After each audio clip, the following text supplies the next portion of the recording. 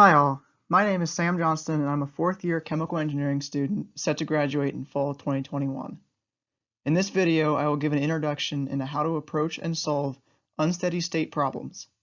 This video was made through the Student Active Learning Initiative sponsored by the William G. Lowry Department of Chemical and Biomolecular Engineering.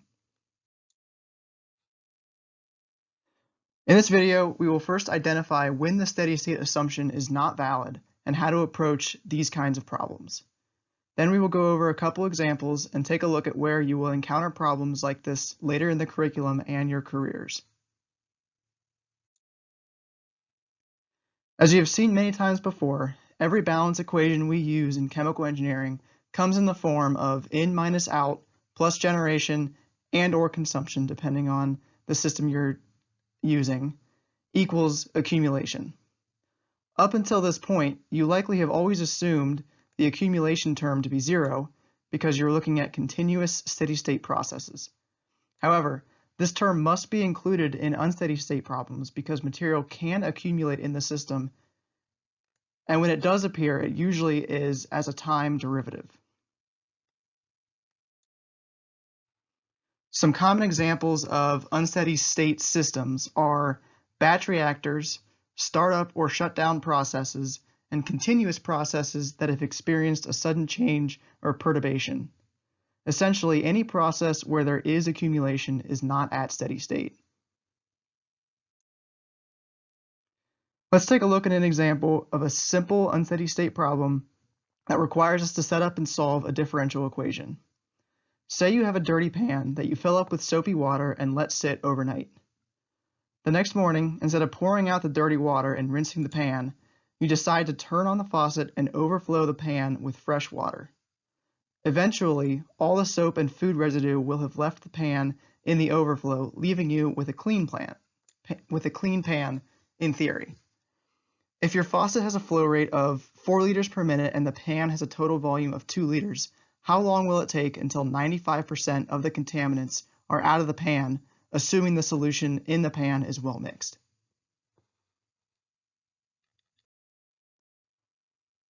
To approach this problem, we start with a typical balance for the mass of the contaminant. The water entering the system is clean, so there is no input contaminant, and there is obviously no mass generated or consumed, so this leaves the mass in and the mass accumulation terms. Understanding that the overflow contains the same concentration of contaminant as the inside, as shown by the well-mixed assumption, and that the total volume of water entering the pan must equal the volume leaving in the overflow due to the pan's set volume, we can find an expression for the mass out term. The rate that contaminant mass is leaving the pan is equal to the concentration of the contaminant in the pan times the flow rate of water from the faucet. And for the accumulation term, this term is equal to the mass of contaminant still in the pan. So we can simply say that it's equal to the concentration times the volume of the pan. But because concentration is changing with time due to the concentration mass leaving the pan, this has to be a time derivative, which is shown here. Note that the units on both sides of this equation are consistent with one another. Now that we have this expression, we can rearrange and integrate. We integrate from time 0 to t, and we integrate time from time 0 to time t, and we integrate concentration from the initial concentration to the final concentration. Note that neither of these concentrations are given, but we can solve for the ratio of the final to the initial values. Note also that I have used apostrophes in my expression to differentiate the integration values from the bounds, and this is purely just for bookkeeping's sake. So we integrate and we receive this expression here, and then we rearrange to solve for t. Plugging in the values, we find that the estimated time is about 1.5 minutes for this pan to be clean using this lazy method. So the previous problem was a simple example we could solve by hand. Unfortunately, many of the problems you come across in later classes, and in almost all problems you'll come across as real-world issues, will not be so simple. These problems will be extremely difficult or even impossible to find a solution analytically. And this is where we need to use numerical solving methods.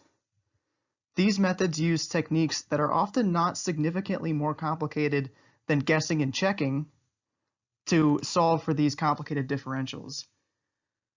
The tool you'll likely use most often in your coursework to solve some of these harder problems are the MATLAB built-in ODE solvers, ODE 45 or ODE 23S.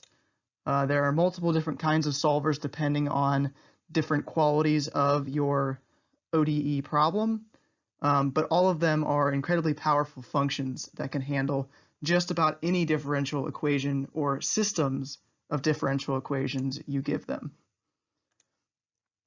And in addition to the pre-made functions and programs you might find on MATLAB or the internet, you can also make your own ODE solver if you understand what you're trying to do well enough.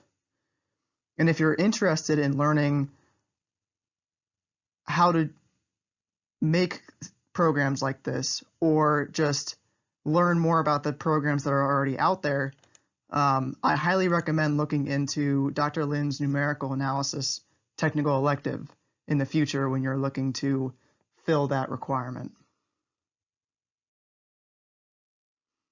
So just taking a quick look at a solution to a more difficult problem that you will see later in, this one is specifically from a kinetics class homework.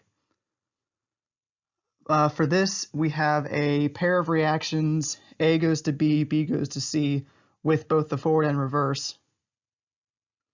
And the graphs on the right show the concentrations of the reactants and products over time.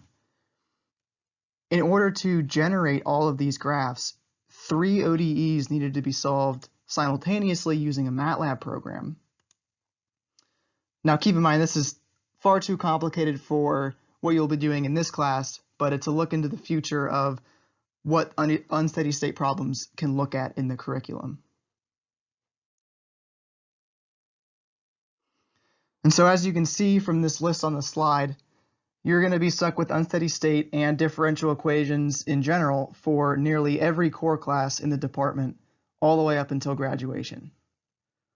All these classes utilize mass and energy balances and will explore batch processes, transient systems, and or changing processes. As you can see from the color coding I have on the left side, the earlier classes will focus more on problems that can be solved analytically, and then we'll build to more difficult systems that require solvers. And then looking down towards unit ops, that will give you a taste of some of the more real-world problem-solving skills where you will use more of an empirical approach to collect data and then fit them to some of the expected equations that you're looking for with your process. And now moving on to look at how this might be useful later in your career. When dealing with any type of unsteady state process, timing is going to be critical, especially critical when you're looking to maximize your output or your efficiency of your process.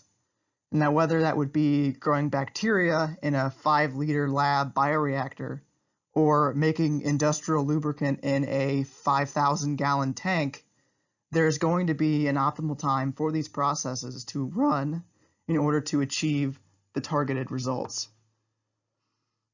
Modeling work that requires the solving of differential equations is less common than empirical approaches, but understanding how to write, solve, and use the necessary tools to tackle differential problems is an important skill to have while working in a chemical engineering field.